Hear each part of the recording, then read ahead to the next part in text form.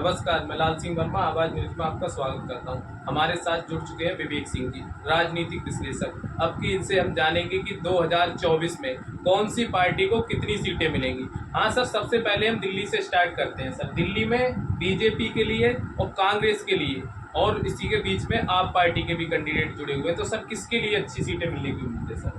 देखिए, दिल्ली के अगर सातों लोकसभा सीटों की बात करें जी सर। तो अभी जो सिचुएशन है, सातों के सातों सीटें अगर देखा जाए तो भारतीय जनता पार्टी के खेमे में जाती हुई दिख रही है। जी सर। जिसका कारण मेन है जो बीजेपी का एग्रेसिव चुनाव प्रचार, एग्रेसिव रूप से खेलते हैं, वो एकदम फ्रंट पे आता है और विपक्ष बच रही है फ्रंट पे आने के लिए। विपक्ष एकता नहीं है, गठबंधन इतने सारे हो गए हैं ना, एक दूसरे को सहयोग नहीं कर पा रहे हैं। और जहाँ नॉर्थ ईस्ट दिल्ली की बात करें तो कांग्रेस पार्टी की तरफ से कन्हैया कुमार है, तो यहाँ पे आम आदमी पार्टी का चुनाव प्रचार देखे तो उनका बिल्कुल भी नहीं है। सर और कन्हैया कुमार खुद केजरीवाल जी जेल में भी तो है सर, उससे कोई फर्क पड़ेगा? बात अलायंस है ना, तो फर्क तो थोड़ा पड़ता है, ऐसे नहीं कि नहीं पड़ता है। और शीर्ष नेता हैं और शीर्ष नेता केजरीवाल जी के अलावा भी कई सारे नेता जेल हैं, तो उसका भी इम्पैक्ट है। हाँ, चुनाव प्रचार पर असर पड़ेगा, लेकिन एक पार्टी कोलैबोरेशन है कांग्रेस और आम आदमी पार्टी में दिल्ली में नहीं है। नहीं सर, गठबंधन किए तो कुछ तो सर फर्क पड़ेगा, नहीं पड़ेगा? कैंडिडेट बस एक उतर रहे हैं। जी सर। यही हो रहा है, मिल के चुनाव प्रचार करना चाहिए हर एक सीटों पे रैली आप दोनों मिल के कीजिए। और ये दिल्ली के नहीं है, हर एक जगह जहाँ जहाँ भी गठबंधन हुआ है, इस प्रकार से चुनाव प्रचार तो सभी पार्टियों को मिलकर करना चाहिए। सर, जैसे यूपी में अच्छे खासे आप जानते हैं अखिलेश यादव जी सपा पार्टी से आते हैं, उनकी अच्छी खासी पकड़ बनी हुई है। तो सर इस बार वो कांग्रेस से गठबंधन किए हैं, पिछली बार तो उनका बसपा के साथ था, इस बार बहन जी के लिए चुनाव लड़ रही है। तो इस बार आपको लग रहा है कांग्रेस कुछ अच्छा कर पाएगी सपा पार्टी? सर देखिए, अगर यूपी की बात करें जी, तो यूपी में 80 सीटें हैं लोकसभा की जी, और अखिलेश यादव की कुछ सीटें अगर बात करें जी, जैसे फतेहपुर साइड, ये सब कुछ एरिया, इलाहाबाद और कुछ है जैसे उनके होम हो गए, तो वो सब सीटें लेकर मुझे जहाँ तक की अनुमान है, जहाँ जो एनालिसिस में लगा है, 62 से 63 के आसपास भारतीय जनता पार्टी के खेमे में जा रही है। उसके बाद तो सर पिछले बार आंकड़ा रिवाइज कर रही है बीजेपी? पिछली बार तो शायद 75 सीटें नहीं सर, अलायंस के बाद टूटने के बाद थी, इतनी थी 63-64 सीटें थी अकेले बीजेपी की। वहाँ पे अकेले नहीं बोल रहे ना, एनडीए में बता रहा हूँ, इस बार आएगा 62 से 63 सीटें के आसपास रहेगी। तो कुछ घट रही है सर, आप कह रहे हैं तो क्या? घट क्या, हाँ घट ना तो मान ही सकते हैं। जहाँ अगर मिल के बोलेंगे तो 75 सीट आएगी, सिंगल पार्टी वो 62 या मुझे शायद नॉलेज नहीं है सर कितना है, लेकिन इतना मालूम है एनडीए गठबंधन में वहाँ पे 75 सीटें थी, तो इस बार तो घट गई। सर जो बसपा अलग लड़ रही तो उससे कुछ फर्क पड़ रहा है? हाँ, स्वाभाविक सी बात है, फर्क पड़ रहा है।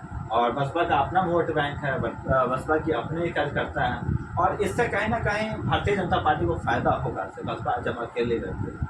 और इसका अंदाजा ये नहीं लगा लीजिए से हाँ बीजेपी का वो सेकेंड पार्टी होगा। सर जो रायबरेली और अमेठी बार बार चर्चा में रह रहा है, अगर प्रियंका गांधी राहुल गांधी जी दोनों लोग अगर चुनाव लड़ते हैं तो कैसा रहेगा सर? देखिए, आप पूरा सीटों का घोषणा हो गई ऐसे कहाँ से कौन से कैंडिडेट है, तो ये एक इमेजिन करने वाली बात है, जो चर्चा के मतलब उधर से मायने नहीं है, तो इसको ना करें तो ज़्यादा बेटर है। सर जो सबसे ज़्यादा हर समय फेमस रहता है, बिहार की बात करते हैं सर। बिहार में पिछली बार अलग अलग चुनाव हुआ था, कुछ गठबंधन से हुआ था, इस बार भी बीजेपी में चले गए, नीतीश जी आ गए हैं, यानी कि जो गठबंधन हो गया, तेजस्वी यादव जी अलग हैं, आरजेडी कई पार्टियों का अलग लाइन चल रहा है, कांग्रेस भी है उसमें। तो सर अब की आप बिहार को कैसे देखना चाहते हैं सर? नहीं, बिहार का राजनीतिक समझ देखिए तो बहुत डिफिकल्ट है। बिहार की राजनीति, बिहार के लोगों को समझना बहुत डिफिकल्ट है। जो दिखता है वो होता नहीं है, जो होता है वो दिखता है। तो वहीं कैसे सर, कैसे? अभी एग्जाम्पल के लिए अगर मैं आपको बता दूं तो 2020 के चुनाव में लग रहा था से हाँ एनडीए की सरकार नहीं आएगी, क्योंकि आरजेडी की भीड़ पर भीड़ जा रही थी, रैलियाँ बहुत, लेकिन जब रिजल्ट आया तो बीजेपी देखिए बहुत अच्छा परफॉर्मेंस की। जी सर। नीतीश कुमार की पार्टी भी इतनी सीटें ला ली जिससे वो मुख्यमंत्री बन सके। तो ये चीज़ें रहा, तो इसलिए चिराग पासवान को भी देख लीजिए, तो वो बहुत सारा एग्रेसिव चुनाव लड़े थे, लेकिन उनकी सीटें नहीं आई थी, विधायक उनके नहीं आए थे, एक ही विधायक था, वो भी बाद में टूट कर चला गया था जेडीयू। तो यही बिहार को समझने के लिए बहुत, अभी देखिए अगर तेजस्वी यादव की बात करेंगे तो उनके रैलियों में बहुत भीड़ देखते हैं, जिसके कारण जातीय जनगणना भी है। बिहार में एम आई समीकरण चलता है, एम आई का समीकरण जो देख रहा है मुस्लिम यादव का। हाँ, मुस्लिम यादव। तो उनके रैलियों में मतलब भर भर के लोग जाते हैं, लेकिन रिजल्ट क्या है कि ये अनुमानित कोई भी नहीं लगा सकता। लेकिन कुछ सीटों की बात करें जो भाजपा 30 प्लस रहेगी। तो sir NDA versus India, sir इसमें कुछ प्रभाव पड़ता नजर आ रहा है तो आपको? प्रभाव पड़ा ना, पिछली बार 40 में 39 सीटें एक सीट NDA आ को रही था। है। हाँ जी सर। तो इस बार 30 लगभग 10 सीटें जा रही हैं, तो फर्क तो पड़ ही रहा। तो सर ऐसे तो लग रहा है आंकड़ा कि हर जगह सीटें घट रही हैं क्या सर? देखिए, हर जगह नहीं, राजस्थान की बात करेंगे तो सीटें बढ़ रहा है, सर पंजाब में भी तो। और पंजाब में भी देखिएगा तो भारतीय जनता पार्टी की सीटें बढ़ेगी जी सर। पिछले बार की तुलना। और इस जगह की बात करें तो चीज़ें वहाँ पर और देखिए, ये पता है 400 पार 400 पार। जी सर, हाँ 400 पार पे मैं भी आने था सर। 400 पार आना पॉसिबिलिटी है क्या? नहीं, ये कभी पॉसिबल नहीं है, और भारतीय जनता पार्टी के लिए, किसी भी पार्टी के लिए पॉसिबल नहीं है। भारत की लोकतांत्रिक देश जी है, और सर। आप चाह रहे हैं यहाँ से, हाँ 543 में मैं ही 400 ले लूँ, मैं भी 450 ले लूँ, तो भारत के लोग तो शायद ये उम्मीद पे आपको नहीं उतार सकते से हाँ मैं आपको 400 पार करूँ। लेकिन सर बीजेपी 400 के चक्कर में बहुत गर्म जोश से प्रचार कर रही है। देखिए, हर ये जगह चुनाव- देखिए कितना सुनिए, मजबूती तरीके से खड़ी हो ये रही चीज़ों है। को आप समझिए, ये चुनाव का स्ट्रेटेजी है। चाहे लोगों के मानसिकता को बदलने के दिमाग में डालने के लिए 400 पार रिपीट कर दिया गया, और इसको विपक्ष समझ नहीं पाती है, उसी को बार बार रिपोर्ट कर देते हैं। ये चुनाव प्रचार का एक एजेंडा है 400 पार।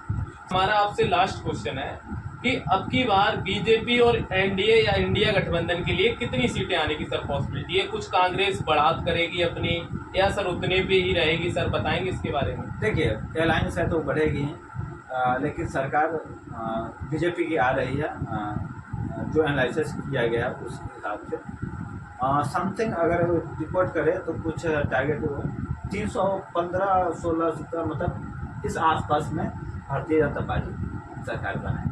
चलिए विवेक जी, बहुत बहुत धन्यवाद। इनसे हमने बात की तो उन्होंने एक ही बात कहा कि बीजेपी सरकार 400 तो पार होना खैर मुश्किल बात है, लेकिन 300 के आसपास सीटें ला सकती है। यानी कि इनका कहना है कि कहीं ना कहीं बीजेपी सरकार बनती अब भी नजर आ रही है। बहुत बहुत